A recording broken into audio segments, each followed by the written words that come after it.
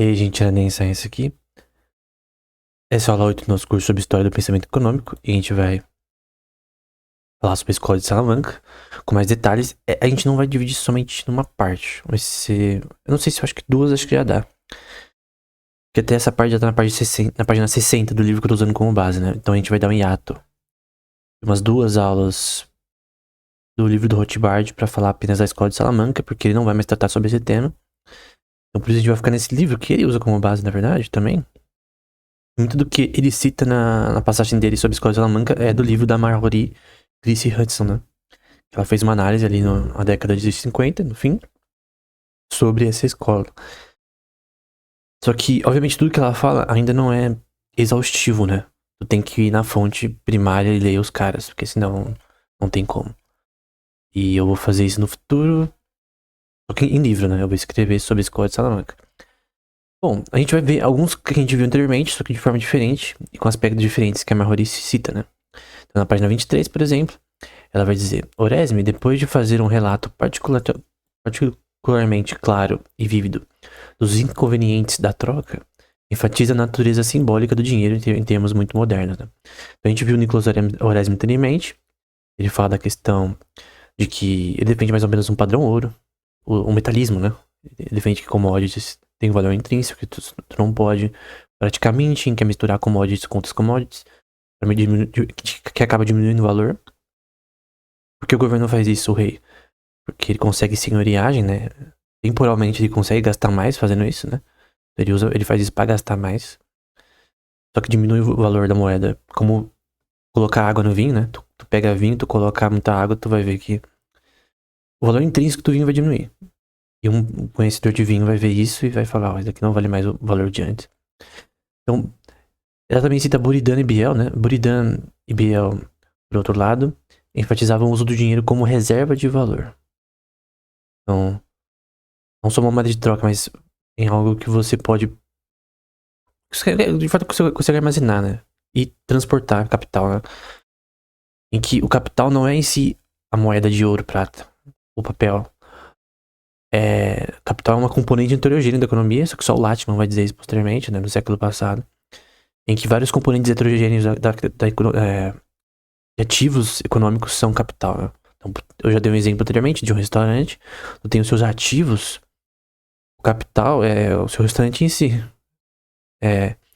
Os tipos de... A própria estrutura do restaurante.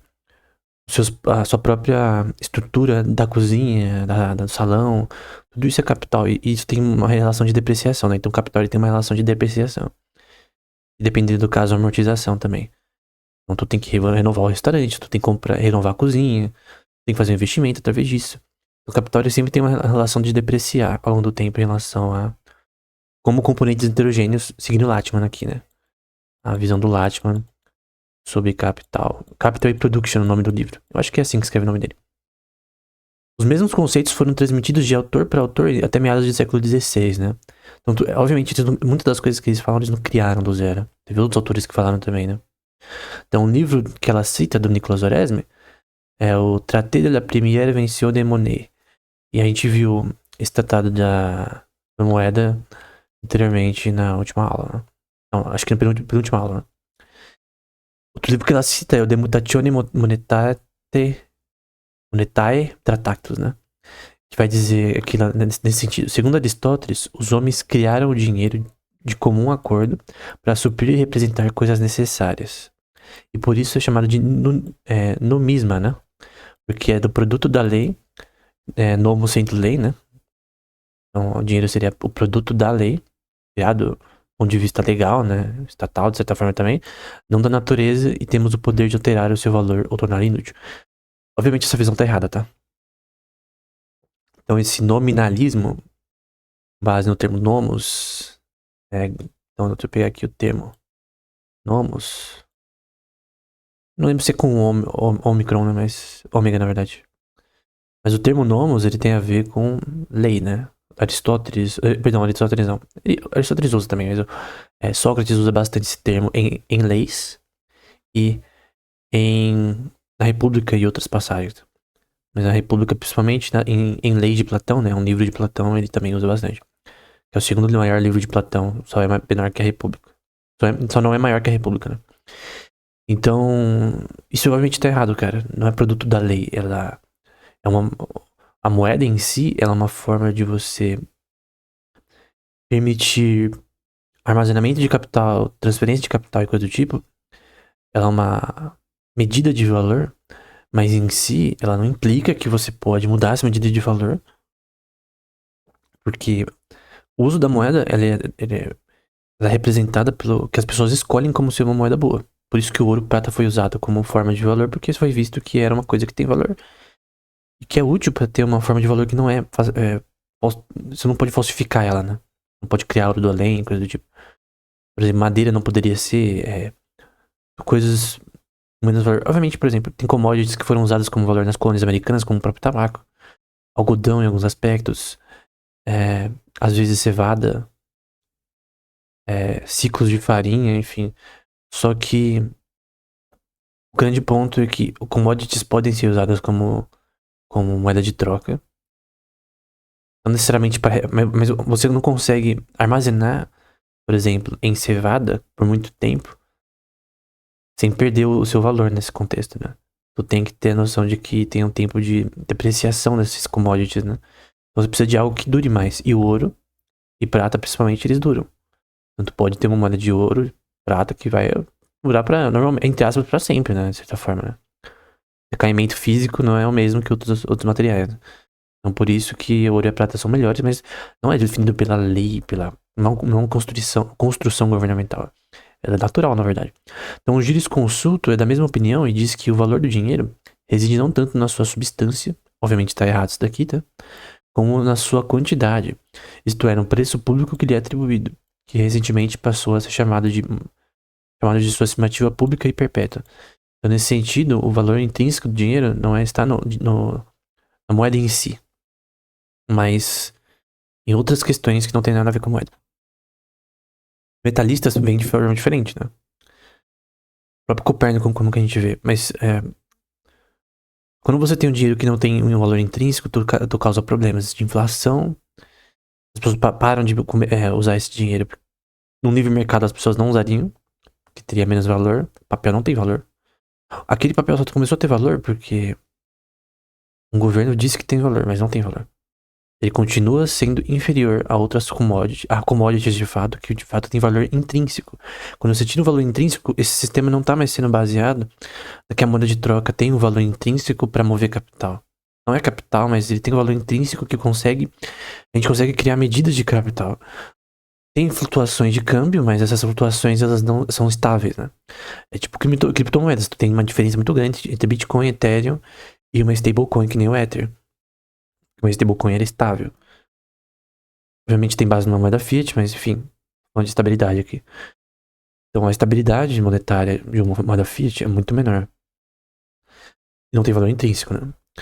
Ela também vai citar Agostinho, né? De forma bem interessante.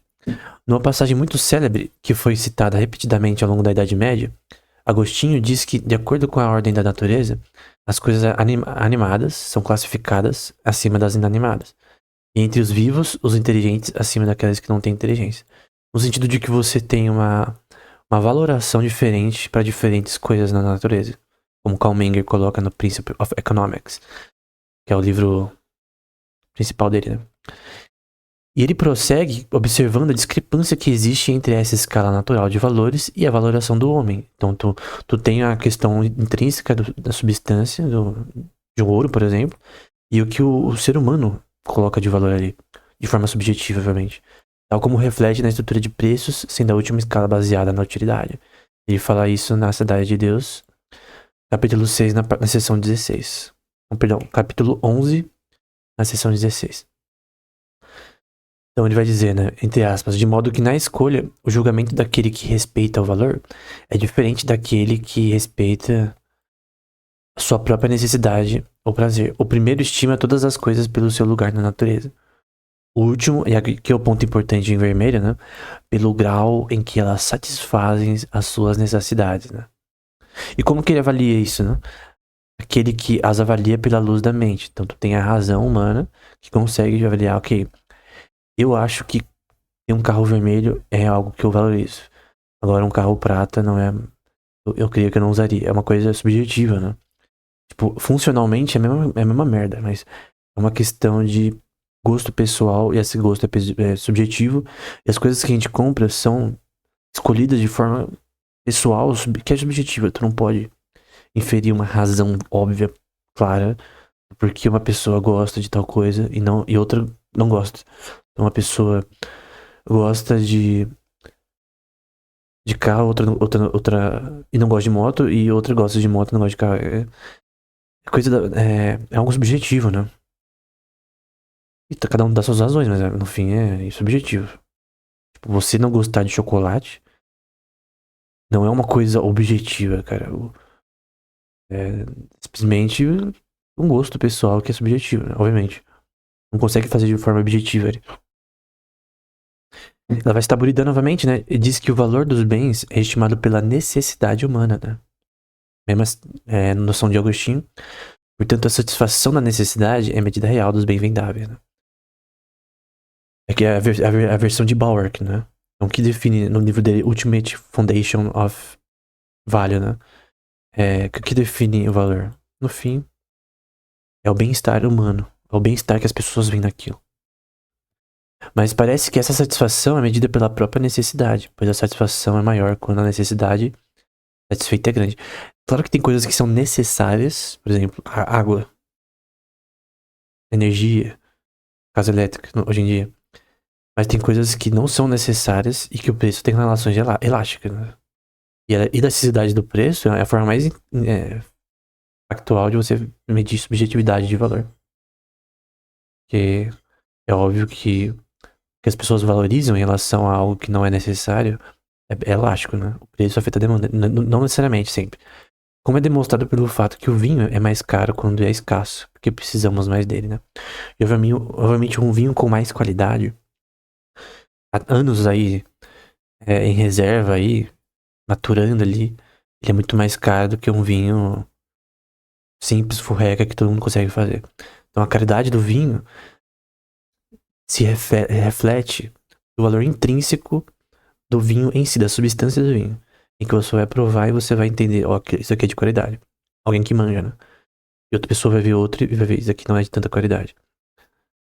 Embora nem sempre esse tipo de coisa é também tão fácil de entender, né? Tem que ser um cara bem especialista. Ou, por exemplo, um perfumista, né? Que vê a qualidade de um perfume entre outro, né? Aí é uma coisa mais técnica, né? E aí ela fala sobre as principais teorias medievais de dinheiro, né? Por uma questão de conveniência, podemos classificar as teorias medievais em 3 grupos principais, sustentando respectivamente o dinheiro, que o dinheiro deriva o seu valor, do cumprimento adequado de suas funções, né? Então, a função do dinheiro. B, da história contada a ele pelo príncipe e do valor de mercado de seu conteúdo metálico. Então, são 3 formas e a gente vai ver as 3 aqui. Uma delas é o metalismo, outra é uma questão mais nominalista, né? Então, a nomos, a lei que não é derivada nesse caso do direito natural, mas a lei dada pelo príncipe que define a forma que dinheiro pode ser usado ou não. Que no nominalismo, que cria o dinheiro é a nomos, é a lei. Então, o primeiro exemplo é de Alberto Magnus e Aquino, né? Então, Alberto Magnus diz que o valor do dinheiro consiste em seu uso como medida de bens, medida de valor. Então, tu gera um serviço, um produto, e tem uma medida de valor proporcional à relação. Proporcional é um termo errado, né? Mas em relação ao que as pessoas definem no mercado como o valor daquele produto. Que é definido pela oferta e demanda e pela utilidade subjetiva que as pessoas veem naquele produto. Obviamente, quanto mais de um produto, mais você tem uma utilidade marginal decrescente, né? Então, um produto pode ser de alta qualidade e uma necessidade, como a própria água.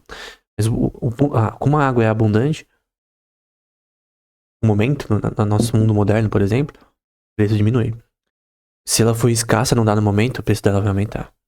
Então, a virtude aqui é uma questão de utilidade marginal, não é a escassez que define o preço.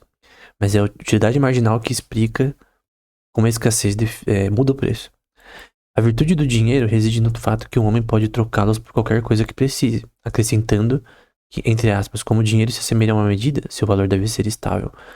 Então, obviamente, você usar formas de moeda de troca que não são estáveis é um problema.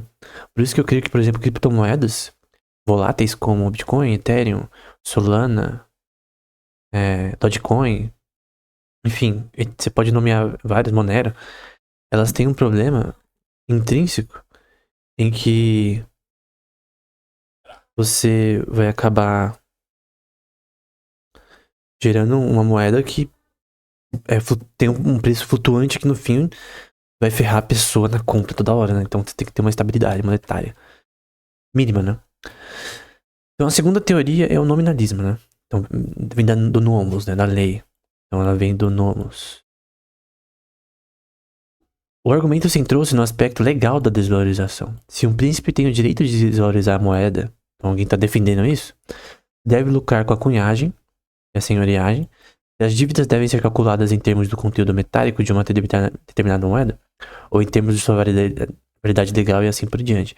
Então, o nominalismo ele define que a lei, criada pelo príncipe, define como a moeda funciona. Primeiro, monarquia não é uma forma de governo válida, na minha opinião. A própria Bíblia em 1 Samuel, 2 Samuel mostra isso, e 1 e 2 Reis e 1 e 2 Crônicas mostra isso claramente, que a monarquia não funciona. E nunca foi intenção de Deus ter um monarca. Israel quis o que os outros reinos queriam. Ponto.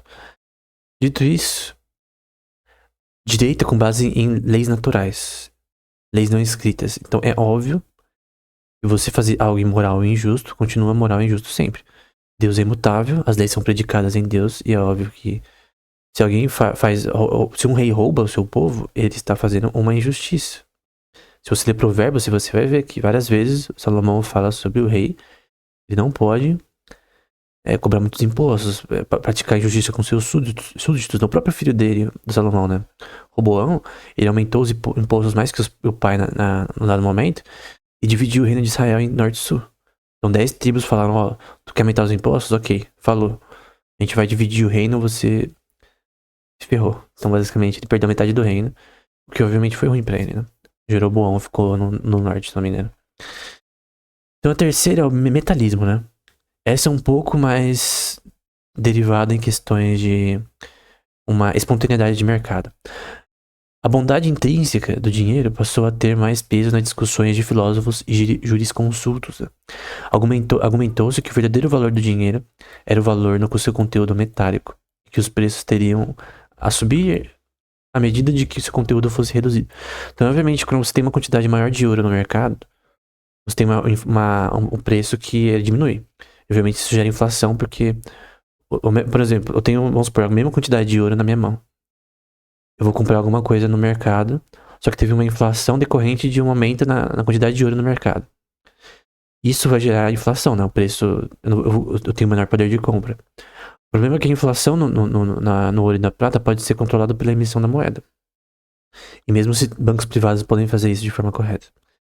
O governo também pode, mas normalmente eu tenho em vista uma regulação do governo conferida a bancos privados, né? Mas o grande ponto é que o metalismo diz que você precisa de uma moeda que tem um valor intrínseco. Não importa qual commodity, pode ser prata, pode ser ouro, pode ser platina. Tem que ser abundante o suficiente para ter uma moeda e não tão abundante o suficiente para ela não ter valor. Então o ouro tem valor em relações de utilidade marginal que permitem ser uma moeda, né? Ela cita Buridan. E aí tem essa união, assim, entre aspas, né? Entre utilidade subjetiva e objetiva, né? Que cria uma confusão. Mas o dinheiro deveria ser feito um material nobre, facilmente transportável, né? Seguindo Buridan. Deveria incluir moedas de diversas denominações. No caso, bronze, prata, ouro e assim por diante. Ao mesmo tempo, Buridan sustentava que o verdadeiro valor do dinheiro residia no cumprimento adequado de sua função primária como meio de troca. Então, o foco é meio de troca, segundo Buridan, de modo que o dinheiro não é uma medida segura das mercadorias, exceto no sentido de que tanto dinheiro quanto as mercadorias estão relacionadas à necessidade humana, né? Então, se você não tivesse necessidades humanas, tu não teria transações. Então, a economia como uma relação de transações tem a ver com necessidades que são criadas, necessidades que podem ser necessidades inelásticas, né? Então, água comida básica, arroz, feijão e coisa do tipo, óleo de cozinha, energia elétrica, ou podem ser coisas que são mais elásticas, né? Tipo, você ir no cinema de sábado é uma coisa boa, mas ela é uma coisa que não é uma necessidade, que nem água, né? Então, entre água e no cinema, tu vai comprar água, é nesse sentido. Mas, obviamente, por questão de utilidade marginal, a água é mais barata. Embora ela seja mais relevante. Aí uma coisa que eu não sabia, Copérnico fala sobre The Basement. O mesmo Copérnico da astronomia. O cara do modelo heliocentrista, né? Então, é bem interessante, obviamente. Um astrônomo tão importante falar sobre dinheiro, eu não sabia que ele tinha falado. Mas ela vai falar, né? Mas além deste breve declaração, Copérnico baseia o valor do dinheiro no seu conteúdo metálico e diz que os preços, entre aspas, flutuam de acordo com a qualidade do dinheiro. Isso bate com Xenofonte em Ways and Means, que diz que a prata de Atenas era a mais pura de todas, né?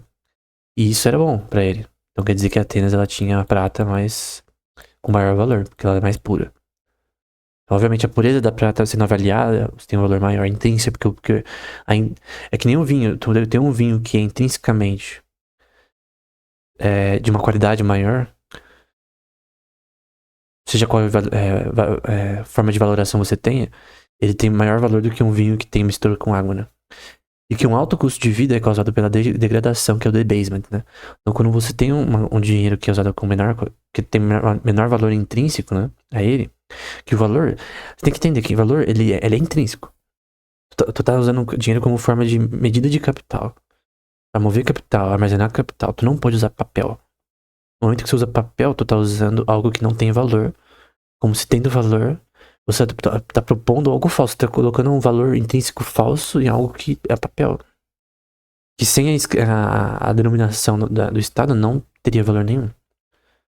Seria a mesma coisa que papel falso, né? Ela cita também Bodin, que é o Quantity Theory of Money. E o Von Mises critica Quantity Theory of Money, QTM, né? Eu creio que em alguns aspectos ele fala como ela deveria ser resolvida, né? Mas basicamente a versão do Bodin era CS bien à lui non a de outros. E aí citando Copérnico, né?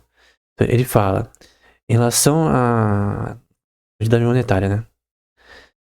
O pensamento monetário moderno, ele se envolve nesse axioma que diz que os preços escolhidos podem ser iguais e que variam o inverso da quantidade de dinheiro. Então tu tem uma relação de quantidade de monetária que implica relações de preços, né? Só que não é bem assim. Não é bem assim. A teoria da quantidade, a Quantity Theory of Money, não necessariamente ela é correta se você avaliar de uma forma keynesiana da vida, né? Monetarista.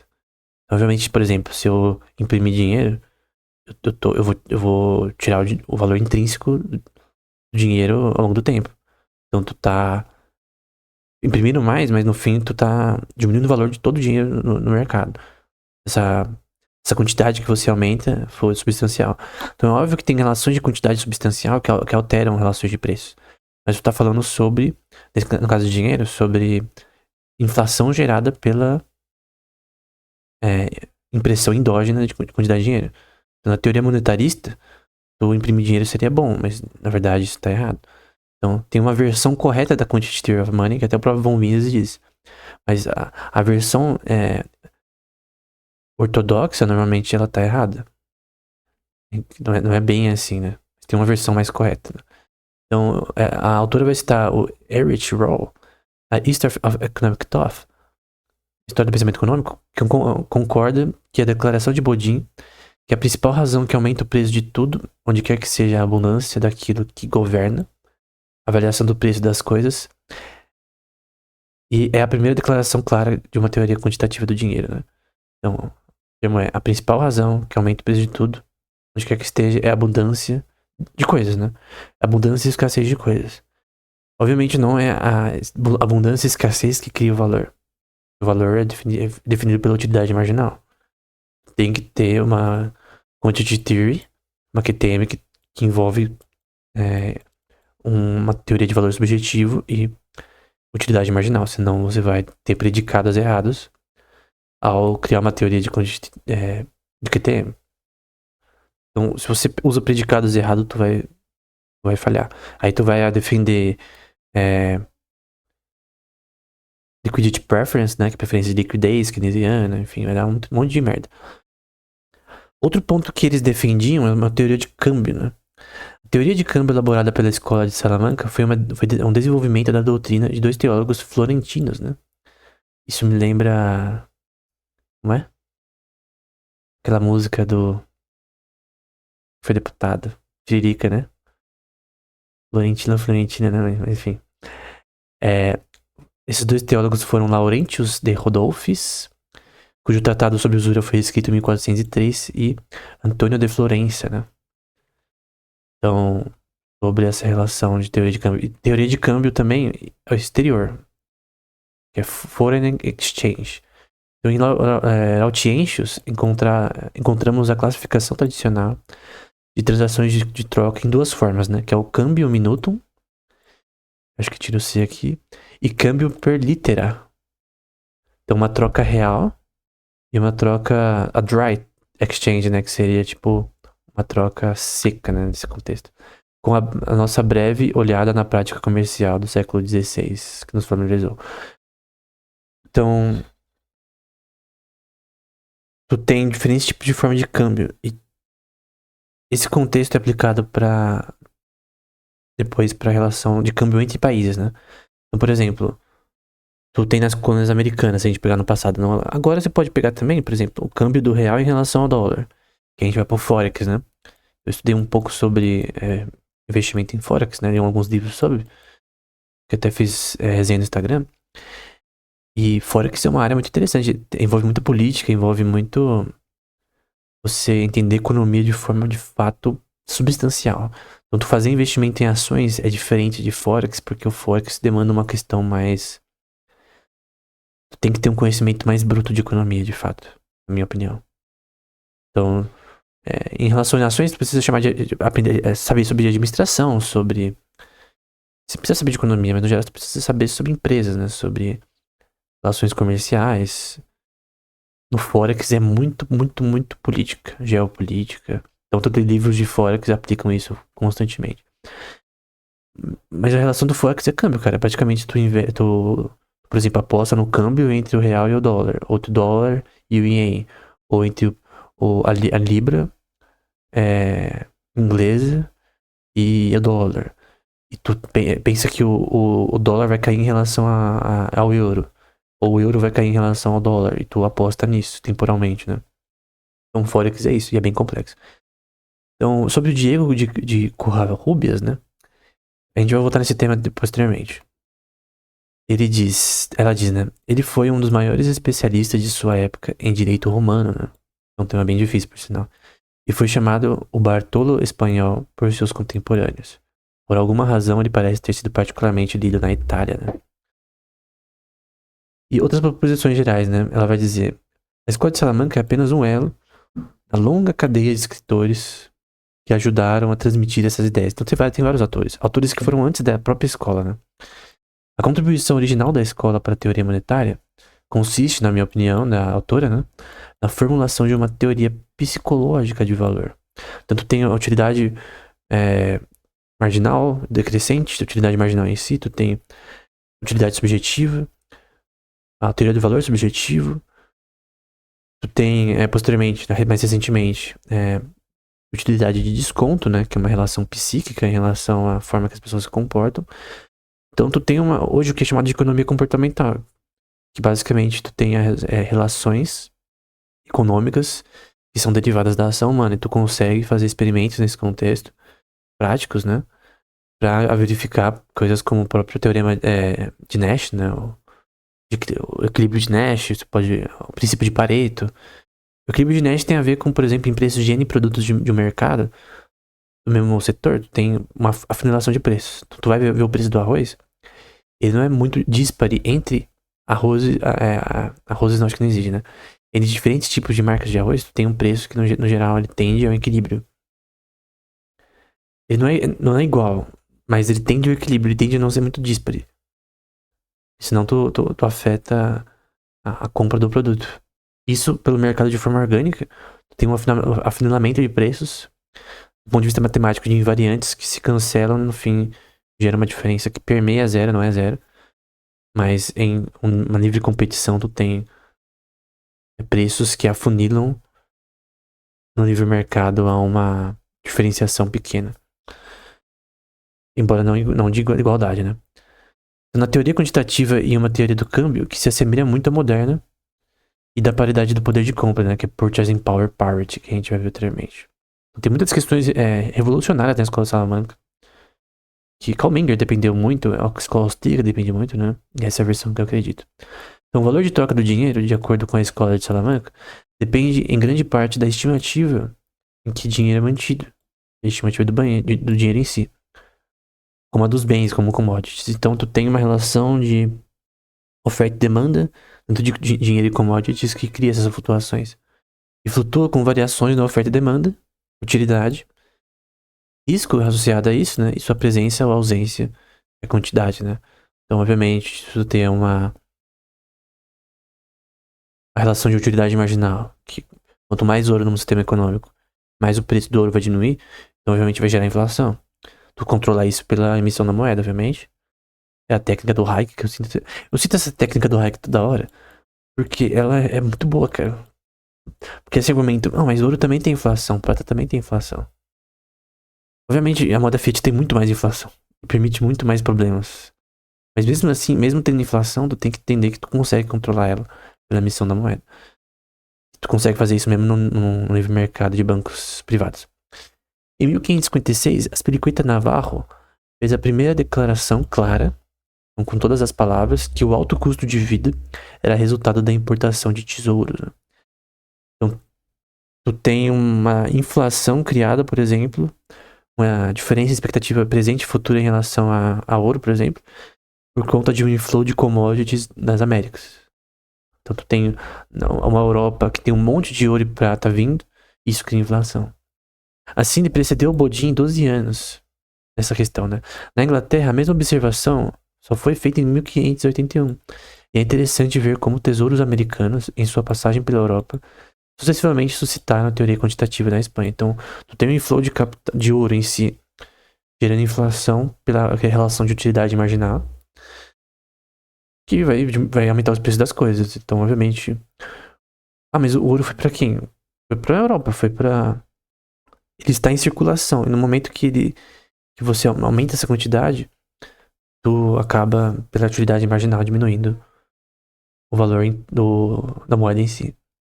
Controlar isso, obviamente, não pelo controle de quanto ouro vai vir de inflow de capital pra Europa, mas era só tu controlar a emissão da moeda.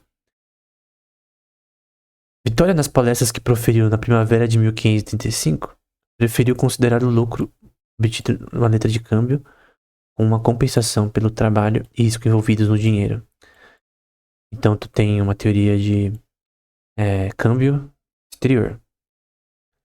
Então tu tem uma relação de que lucro é permitível em empréstimos, mesmo entre países, e que tu tem um câmbio que é real entre duas moedas.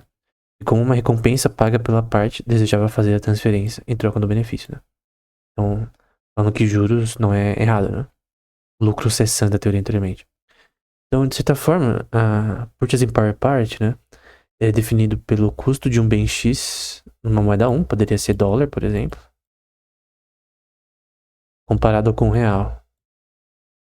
Então, obviamente, hoje em dia, como o real tá baixo, poderia ser o contrário, né? Poderia ser real para dólar, mas como o real tá baixo, tu tem um poder de compra muito maior com dólar do que em real. Uma pessoa que ganha em dólar, mesmo sendo talvez menos que o salário mínimo, ela vai ganhar mais do que em reais. Se ela trabalhar internacionalmente, né? PC da vida, né? Trabalhar virtualmente, né? Sobre esse Purchasing Power Part, né? Que é a paridade entre duas moedas, de duas nações diferentes. Por exemplo, sei lá, o dólar espanhol da época das colônias americanas com o sterling usado por eles ali. Enfim. Mas Bartolomé de Albornoz, embora concordando que o aumento no meio circulante tende a aumentar os preços, tentava que o poder de compra relativo do dinheiro em diferentes países, estou falando de uma teoria de câmbio exterior, foreign exchange, não pode ser levado em conta na determinação de taxas de câmbio, né? Como a gente viu, tu consegue, de fato, ver relações de compra e poder de compra entre moedas, né? Tu consegue, no mesmo país, tu troca dólar para real, tu vai ver que tu vai comprar muito mais com o mesmo trampo. Então, tem um poder de compra maior do dólar no Brasil. Um poder de compra maior do euro no Brasil. Porque o euro e o dólar são mais valorizados internacionalmente que o real. E no Forex, isso é claro. Tem investimentos que acontecem no Forex em relação a isso, né? Então é um ponto bem importante. E o foco da escola Salamanca, você pode pensar, será que teve efeito? Porque normalmente a gente pensa, os caras escreveram livros e tal, os artigos, eram professores em universidades. A questão é, isso fez bem para a população? Isso mudou alguma coisa? E a maioria diz que não necessariamente os efeitos foram factíveis de um ponto de vista de mudar as coisas completamente. A gente viu anteriormente, na última aula, do Juan de Mariana, que quiseram censurar o livro dele. Então, obviamente, se eles aceitassem o que o livro dele dizia em relação a debasement da moeda, né?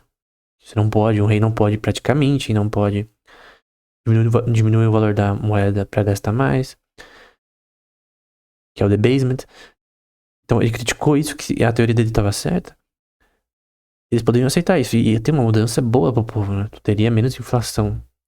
Tudo que gera menos inflação gera um benefício pro povo que agora não tem seu poder de compra alterado. Tu entende que alterar o poder de compra da moeda basicamente faz todo mundo mais pobre, todo mundo. E obviamente o mais pobre ele vai ter menos poder de compra ainda do que ele já não tem. Então, inflação é uma coisa que gera problemas. Então, nesse caso, tem várias causas de inflação. Inflação por Mises é a definição de relação entre bens futuros e presentes. Ou bem presentes e futuros. Mas o grande ponto é que por mais que ela tenha uma perspectiva psicológica nesse sentido, tu tem relações que são dependentes da forma que pessoas funcionam, que pela utilidade marginal, quando você tem mais de ouro, não é uma economia que usa ouro como moeda, tu vai ter inflação, porque o preço do ouro vai diminuir. Então o valor intrínseco da moeda que você já tem vai diminuir. Embora flutuações aconteçam mesmo não sendo o caso, né? Então esse é o único aspecto que a teoria quantitativa do dinheiro está correta. Com predicados na utilidade marginal e na teoria subjetiva de valor. Tem esses predicados, aí tu consegue falar sobre esse tema. E parece que pelo menos possível que sua teoria monetária também tenha sido lida e que tenha desempenhado seu papel na formação da doutrina moderna. De fato, Karl Menger, na escola austríaca, cara, pega muito disso. Pega muito desse... No Investigations dele, ele pega muito dessa relação tanto da escola de Salamanca e outras relações teológicas, né? Que ele deriva. Então, tu tem efeitos reais de fato que permeiam aspectos econômicos de pessoas que conseguem pensar de fato, né? Obviamente a doutrina austríaca é um pouco mais heterodoxa, né? As pessoas não gostam muito em universidade e tal, mas o grande ponto é que não é porque a maioria é keynesiana, né? Ou keynesiana, ou blá blá blá, monetarista, desenvolvimentista, que a teoria austríaca tá errada, né? Pelo contrário, eu acredito que ela tem uma base muito melhor. Então, o livro usado foi esse, do Marjorie Grace Hudson, né? Eu já li esse livro há um tempo atrás, e é bom ler de novo, né? E ela cita os mesmos autores, são poucos em relação a. Tem muito mais autor, tem muito mais livro. Pela questão da brevidade, ela não cita, né? Então, obviamente, eu vou escrever sobre esse tema posteriormente. Por essa razão. Mas aqui foi a primeira parte, tá? Eu ainda vou falar mais sobre a escola de Salamanca, com o mesmo livro da Marjorie. E eu vou tentar ser o mais breve possível, né? Mas não sei se vai ter ser mais 2 aulas, né? Sobre esse tema. Não sei você, eu curto muito a escola de Salamanca. Eu quero muito aprender mais. E olha que eu sou protestante, hein? Mas eu creio que muitos pontos que eles falam são extremamente importantes. E, obviamente, por isso que eu vou me ater mais nesse curso, a escola de Salamanca, porque ela tem uma importância muito grande pra teoria austríaca, né? e para relações libertárias, né, em relação à economia. Então, eu creio também tem uma grande coalizão também em direito natural e porque eles falam muito sobre direito natural, muitos dos autores, o próprio Francisco Vitória. E além de direito natural também sobre teologia, né? Então tu tem, por exemplo, a própria teoria da usura, cara, tu simplesmente desmonta ela com Deuteronômio 23. Desmonta, cara. Todos os argumentos, tu desmonta com Deuteronômio 23. 19 e 20. Eu vou pôr aqui. Por que não desmontaram? Porque não sei lá, cara, não sei. Por que uma doutrina errada continua passando sobre a pessoa e ninguém resolve, né? Teólogos ainda, né? Essa passagem, cara, cara, tu consegue resolver isso aqui tão rápido, cara. Tu consegue resolver usura rapidamente com essa passagem. Como que nunca ninguém citou, não é citado pelo Rothbard nem pela maioria, ninguém que citou essa passagem pra resolver o problema dos juros. Eles resolveram de outros aspectos do ponto de vista racional. Estão certos, mas eles poderiam ter resolvido do ponto de vista teológico, cara, desde o primeiro século, cara. Tipo, Jesus morreu, nasceu a igreja, Atos e tal. Era só tu interpretar o texto. No século 2, 3 pra frente já deveria estar resolvido esse problema. Então, como você tem autores, né? Tanto nicenos, pós-nicenos e medievais que erram nesse problema, né? Tu tá tendo uma dislexia teológica, cara. Porque a Torá é muito importante, tu não incorrer nesse texto, tu tá interpretando os salmos e outras passagens que citam sobre usura sem o contexto da passagem áurea sobre usura. Êxodo não dá esse contexto de forma tão clara, mas Deuteronômio, que é a repetição da lei, ela dá de forma mais clara. O Deuteronômio, ele, até por uma questão de conclusão, de expansão da lei nos seus moldes finais, tu tem o Deuteronômio como tendo uma base também maior em relação ao ponto final em usura, né? Qualquer questão. Era proibido juros e empréstimos entre judeus em Israel. Não de judeus para gentios. Então, por design, usura, juros, não era ilegal per se. Esse texto desmonta isso. Tu tem que entender isso. É um erro teológico que causou todo esse problema de usura. Obviamente, você ser um agiota é errado. Mas, do ponto de vista de uma sociedade, de uma empresa que consegue juros, obviamente tu tem que ter leis, tu tem que ter regras, não pode fraudar. Aí tu tem outras passagens, por exemplo, no próprio 10 mandamentos, tu não pode dizer falso testemunho contra o seu próximo. Então, se alguém fraudar outra pessoa, enganar, ela tá defraudando o próximo, ela tá mentindo, ela tá enganando, tá ferindo os 10 mandamentos. Então, um dos 10 mandamentos, né? Então tu já tem esse problema resolvido também. Então os problemas são resolvidos só você ler as passagens, cara. Então é incrível que um problema tão simples de se resolver não foi resolvido com pessoas defendendo usura e societais também. Em todos os casos, usura não era permitida. E ainda bem que a escola de Salamanca, né, esses autores conseguiram resolver o problema. Eu não sei exatamente se eles citam essa passagem, mas se eles citassem, já resolveria o problema. As conclusões vêm nessa passagem, mas o ponto é que a escola de Salamanca é muito importante. E ela tem muitos aspectos que são muito interessantes para nós hoje em dia.